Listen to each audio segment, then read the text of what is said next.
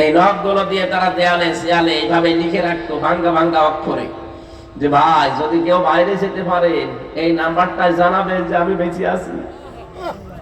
আজ 5 বছর 7 বছর 10 বছর পড়ে আছে, কেউ জানে না, এমন কি ও যে কোথায় আছে তাও জানে না।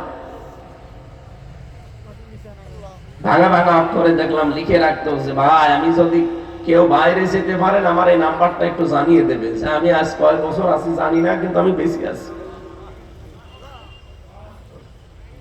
আর মানুষ এখন এই জালেমের পক্ষে সাফাই গাইছে, কি করেছে ববু পালিয়ে যাওয়া লাগবে। শয়তান তোমার সাথে তো হয়নি, আমি নিজে ভিকটিম, আমি টের পাই।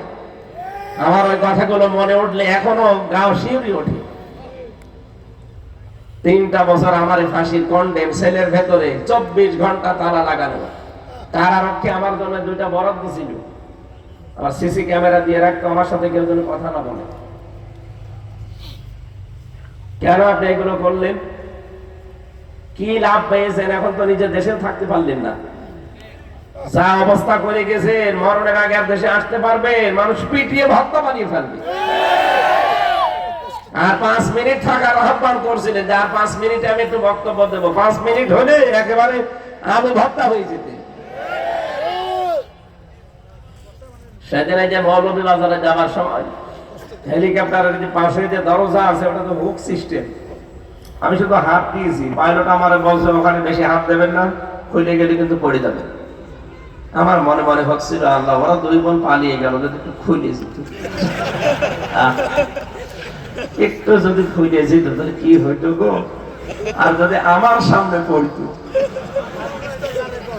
2 জন আমি একেবারে আল্লাহর ওলি বানিয়ে ফেলতাম। এর পরের অংশটা যেহেতু আমাদের জন্য, সেজন্য পরের অংশটা আমি বলছি। এবার আলেম যারা আছেন তারা ভালো করে খেয়াল করবে। কোন সূরা বললাম যেন? সূরা নমল 19 নাম্বার পারা 20 নাম্বার পৃষ্ঠা 7 নাম্বার লাইনের 52 নাম্বার আয়াত শেষের অংশে পাবেন, ইন্না ফি যালিকা লায়াতাল লিকাওমিন ইয়ালামুন। রব্বুল আলামিন বলেন অবশ্যই এর ভেতরে শিক্ষা আছে, যারা জ্ঞানী তাদের জন্য লামে তাকিদ আছে। এখানে কি শিক্ষা দেওয়া লাগবে আজকে? জালেমদের এত বড় শিকড় যদি আল্লাহ কেটে ফেলতে পারে, বলেন তো কত বড় গভীর শিকড় ছিল জালেমদের। কোনদিন ওরা ভেবেছে যে 41 সালের আগে ওদের কিছু হবে? ভাবেও নাই। ইউনিয়নের দালান থেকে শুরু করে সংসদ পর্যন্ত সব ওদের লোক সেট করা ছিল। তাও প্রতিটি স্তরে 8-10 জন করে ওদের লোক। আমি তো রিমান্ডে দেখেছি, সবই ওদের। মামলার আয়ু ওদের, ম্যাজিস্ট্রেট ওদের, পিপি ওদের, জজ ওদের, রায় দেবে ওদের, রিমান্ডে নেবে ওরা, সবই ওরা। আমাদের জন্য একটা উকিল নাম কাগজে দাঁড়াইতো, তার কথা শুনলেও চলে, না শুনলেও চলে। এত বড় বিশাল শিকড় নিয়ে এগিয়ে যাচ্ছিল। আল্লাহ বলেন ফাকুতিয়া দাবিরুল কওমিল্লাযিনা যালামু, জালেমদের শিকড় কাটা হয়ে গেছে। কেটেছে কে? জানা নেই। কতিয়া মজুর না, এর ফাইল জানা নেই।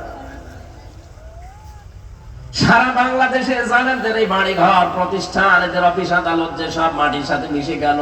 কে করেছে? আপনি একটা ধরেন যে এটা লোক না, ফাইল জানা নেই।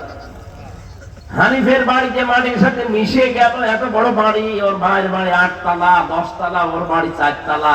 কে করেছে আজ পর্যন্ত কোনো খবর নেই, কারণ ফাইল জানা নেই।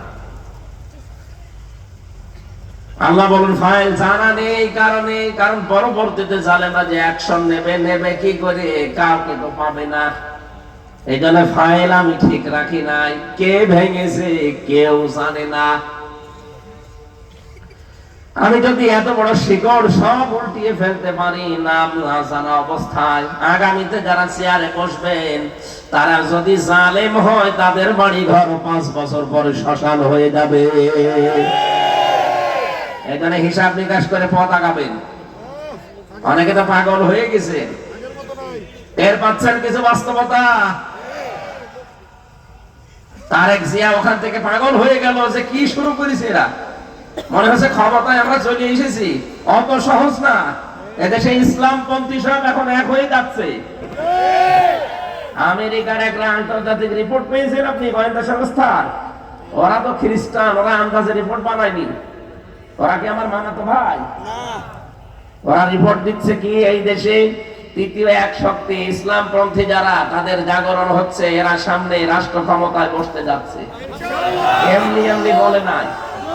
আগস্টের 5 তারিখের আগে এই দেশে মাত্র 100 জনের 15 জন মানুষ চাইতো যে দেশে ইসলাম কায়েম হোক। এখন মানুষ 100 জনের 58 জন চাচ্ছে এই দেশে ইসলাম কায়েম হোক। এদেশে সব এখন এক হয়ে যাচ্ছে। এক করে দেখছে কে? আল্লাহ। দেখেন সব এক হয়ে যাবে ইনশাআল্লাহ।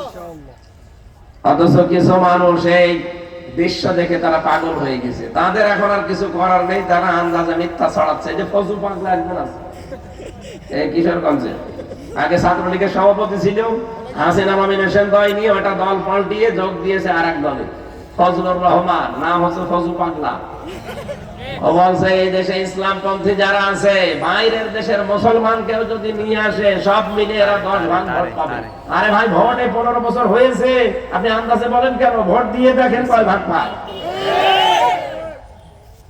আন্তর্জাতিক রিপোর্ট কিছু খেয়াল করে না, আন্দাজে মানুষকে এখন দেখতে কিছু করার নেই, তো উল্টা পাল্টা বলে একটু সাহস নিয়ে যা থাকা যায়।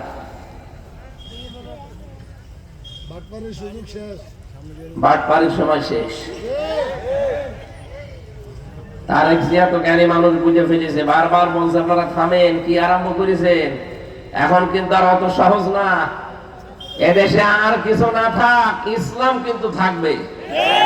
সব এখন ইসলামের জন্য এক হয়ে যাচ্ছে। জামাত ইসলাম, চরমনাই, হেফাজত ইসলাম, খেলাফত, সব কিছু যদি এক হয়ে যায়, এদেশে 100 জনের 58 জন না, 100 জনের 100 জন মানুষ দেখবেন ইসলাম চায়। অন্যান্য যারা আছে চিন্তা করবে, আর বাইরে থেকে করব কি? আমরা তো আল্লাহর বান্দা, দেখি না আল্লাহ কিভাবে আমাদের চালায়। 54 বছর তো দেখলাম বিভিন্ন জিনিসের চালানো, কিছুই পাইনি। এখন আমরা শুধু দেখতে চাচ্ছি আল্লাহর কোরআন দিয়ে চললে কেমন লাগে। হিন্দু পর্যন্ত বলছে, কালকে গতকালকে রিপোর্ট, এক হিন্দু পুরোহিত ঠাকুর বরিশালে, সে জানিয়েছে যে ইসলাম যদি দেশে আসে, আমরা সব চাইতে বেশি নিরাপদে থাকবো। কয়েকদিন আগে গাইবান্ধার এক হিন্দু ঠাকুরের কথা বলেছিল যে ইসলাম যদি দেশে আসে, আমরা মায়ের কোলে থাকবো। কারণ পিরোজপুরের রিপোর্ট তারা পেয়েছে, আল্লামা সাইদি যতদিন তিনি এমপি ছিলেন, ওই দেশের হিন্দুরা মায়ের কোলে যেভাবে থাকে ওইভাবে ছিল। আমি বাংলাদেশের সবচেয়ে বেশি মাহফিল করতাম পিরোজপুরে, বাগেরহাটে, ওই লাইনে। আমি গিয়ে ওই দোকানদারকে জিজ্ঞাসা করতাম, হিন্দু দাদার, যে কেমন এখন আছে আর আগে কেমন ছিলে? বলছে এখন জাহান্নামে আছে, আগে স্বর্গে ছিলাম। ওরা তো জান্নাত জাহান্নাম বিশ্বাস করে না, নরক বিশ্বাস করে। বলছে এখন নরকে আছি, আগে স্বর্গে ছিলাম। মাওলানার যে আচরণ, অত হিন্দু, খ্রিস্টান, বৌদ্ধ, মুসলমান দেখতো না, সব তার কাছে সমান ছিল। সুবহানাল্লাহ বলতে পারেন নাই? হিন্দু পর্যন্ত মাওলানার জন্য, ওনারা নাম ধরে ডাকে না, অসম্মান হবে, এই জন্য মাওলানা বলে। সব হিন্দু দাদা বড় হয়ে গেছে, 95 বছর বয়স, বলছে মাওলানা। আমরা দেখতে পাচ্ছি, যেহেতু আল্লাহ আমাদের দেখাবেন, সূরা কসসের 6 নম্বর আয়াতে আপনি পাবেন, অনুমাক্কিনা লাহুম ফিল আরদ, এই জমিনে আমি আল্লাহ শাসন ক্ষমতা এদেরকে দেব। কারণ এরা নির্যাতনের স্টিম রোলার এদের উপরে চলেছে। যদিও এটা মুসা নবীর উপরে নাযিল হওয়া আয়াত, মুসা নবীর সংক্রান্ত নাযিল হওয়া আয়াত, এটা কিন্তু কিয়ামত পর্যন্ত থাকবে। অনুমাক্কিনা লাহুম ফিল আরদ, আমি জমিনে তাদেরকে শাসন ক্ষমতায় বসাবো। কেন বসাবো জানো? অনুরিয়া ফিরাউনা ও হামানা ও জুনুদাহুমা মিনহুম মা কানু ইয়াহজারুন, আমি ফেরাউন, হামান আর তার সৈন্য বাহিনীকে দেখাতে চাই, যাদেরকে তারা বেশি ভয় পেত, তাদেরকে আমি জমিনে ক্ষমতা দিয়ে ওদেরকে দেখাবো। 53 বছরে একটা দলকে তারা সবচেয়ে বেশি ভয় পেত, এই জালেমরা। এই কথা বলেন না কেন? আল্লাহ যেন এখন হাতে করে তাদেরকে জমিনের শাসন ক্ষমতা দিয়ে দেখাতে চাচ্ছেন। আর কোরআনের কথা 100 ভাগ সত্য হবে, আল্লাহ দেখাবে। আমরা ওই দেখার আশায় আছি। কথা বলেন। আল্লাহ যেন চর্মচোখে 56,000 বর্গ মাইল তার কালাম দিয়ে চলছে, এটা দেখে মরার তৌফিক দেন। আরো জোরে বলেন আমিন। এজন্য মানুষকে সম্মান দিয়া শিখতে হবে, যেহেতু সম্মানিত জাত আমরা, সম্মানিত সৃষ্টি আমরা। দরুদ আর সালাম পাঠ করে কোরআনে কারীম থেকে তেলাওয়াতকৃত আয়াতের উপরে মেসেজ করে কথা বলবো। তাফসীরুল কোরআন মাহফিল লিখে দিয়েছেন আপনারা। অসুস্থ অবস্থায় আছে, আমি এখন আসার সময় বড়ি খেয়ে আসলাম, গা ঘামতেছে এই কারণে।